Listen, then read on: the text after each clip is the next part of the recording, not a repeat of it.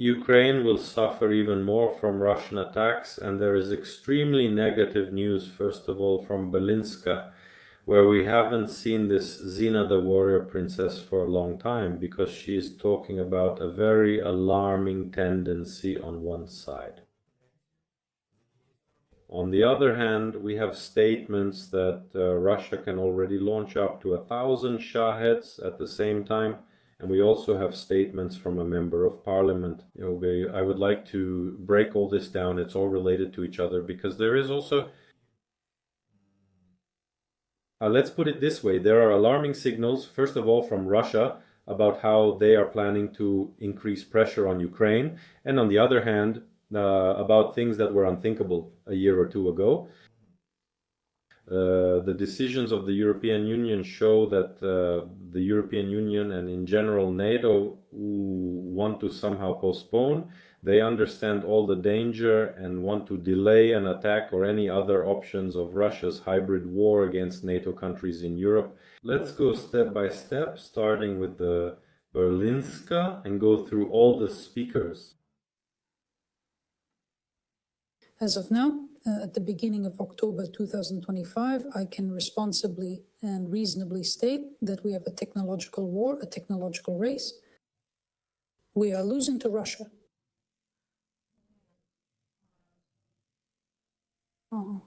We were conditionally one step ahead in 2022, half a step ahead in 2023. We were more or less even in 2024. And now Russia is already starting to overtake us by half a step, by a step. Why is this a worrying tendency? Because Russia, first of all, is bigger. Secondly, they have more money, they have a larger mobilization resource, plus they are gaining allies like Iran, North Korea, China, India, and so on. Ukraine's biggest advantage was actually this technological, let's say, advantage over the Russians. And here we see that even Berlinska reports that we have lost our technological advantage. And not just lost it, not just that they've caught up, but they're already starting to surpass Ukraine. And you know what I want to say? That probably in Europe and in the States, the situation isn't any better, because they're only just starting to discuss how to defend themselves from Russia. At the same time, they're building new factories at full speed, building new workshops where they can produce their own Shaheds, some missiles, and they're also helping North Korea build some additional factories.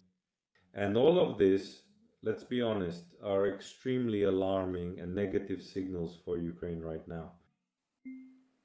This is our member of parliament of Ukraine, Ruslan Horbenko, so let's listen to him. He's now talking about the closure of borders in Russia and about the mobilization there, which hadn't happened before this period, because previously they were just recruiting volunteers on contracts for big money. Basically, we understand that our enemy has the budget set for the years 2026 and 27. We are also not behind. We are talking to the partners about the loan that is around $140 billion for the needs of our armed forces as for years 2026, 27, and 28. So, in order to achieve peace, we definitely need to keep preparing for war, and we see that from the new budget of 26th year that we discuss with our partners. If we get specific, then Moscow has already blocked departures, if I'm not mistaken, starting from this week. They blocked the departure of all men abroad. And everyone started to receive electronic paper notice. That's very good. They're so happy that, Russia closed its borders for its men. But what about Ukraine? Our borders have been closed for 3.5 years. Now what? And we see that the enemy has a plan regarding the war and the launch of aggression towards Western countries. To do this, they need to form military units, train men, additionally mobilize 160,000. I think that when they stopped letting men leave the country, they are planning to use another 400,000 soldiers to train, and as our partners predict, in 2027 to start aggression against Western countries. All right, I can't understand here some kind of positivity on Horbenko's face, right? Because what would that mean for Ukraine in this case? This would mean only one thing for Ukraine, that Russia is allocating only a part of its resources to fight in Ukraine, while the other part of its resources can be accumulated and directed to open a second front. Where is the positivity in that? And what's so good about that? I can't understand. I can't see any positivity in it, to be honest. Maybe you can tell me, so write it in the comments and we'll move on.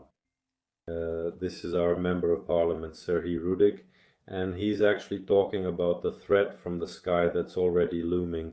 This was discussed a few months ago, but what did people write in the comments? Don't tell fairy tales, that won't happen, that can't happen, it's all lies, don't spread panic. Well, that's pretty much how it always goes in the comments whenever some information comes out. It's negative, but let's be honest, reality doesn't really change just because we refuse to accept it, right? We are a country that's defending itself, and if in the previous heating season 100 Shaheds were considered a pretty serious threat, now we know that today Russia is capable of launching up to 1,000 Shaheds per day. They aren't doing it yet, thankfully, but that's a huge onslaught. Imagine if 1,000 Shaheds were flying over Ukraine every day. Even if 500 were flying every day, which is half as many, right? What would happen? You don't even want to imagine it here because it's actually a really scary story, and at the same time on our agenda is to change the name of the kopika to Shah so that this year we can mint new coins so that we no longer have kopikas but Shahs. That's roughly what the story is like. Or the law on multiple citizenship, which is supposed to come into force on January 16th. The law on multiple citizenship, let's play with it. That's it. Now let's return to Horbenko for another statement. It's more about Europe's reaction now, right? Because Horbenko, as we remember, said 2 minutes ago that Europe understands Russia might start some kind of ground campaign against them in 2027.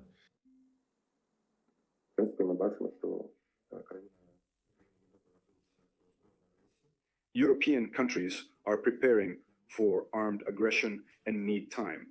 They want Ukraine to buy them this time, so they're willing to fund another army now to prepare for possible future Russian aggression.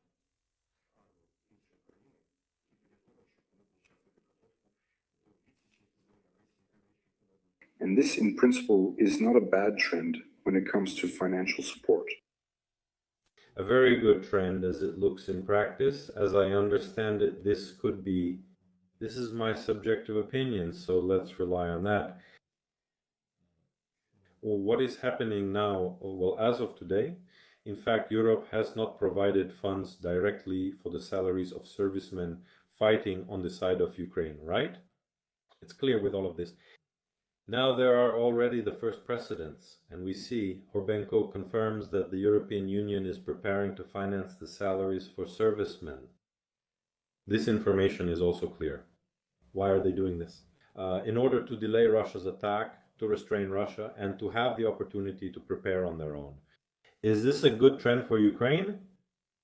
If you look at how the territorial recruitment centers are working now, if you look at the statements where they say that mobilization is actually the only option for Ukraine to survive right now, and if we look at it from another perspective, further, they actually want to use Ukraine as a steel porcupine, as Ursula von der Leyen said, or as a shield for Europe, then this is probably useful and interesting for the Ukrainian authorities, right? Because the problems are being solved, Europe is actually solving them. And who will suffer? That's right. Who will take this responsibility directly? That's right. It will be taken ordinary Ukrainians. That's all you need to know, all you need to understand. Is it bad? Yes, it's bad. What should be done? Honestly, I don't know. But I would like to see some change in approach. maybe again the same international recruiting that many parliament members have mentioned, which many people are already talking about, and just in the media, right? International recruiting. When volunteers from other countries will be purposefully recruited to Ukraine at the state level, who will fight on the side of Ukraine. What do you think about this? Write in the comments. It will be very interesting to read your opinion. I wish everyone a good day. See you.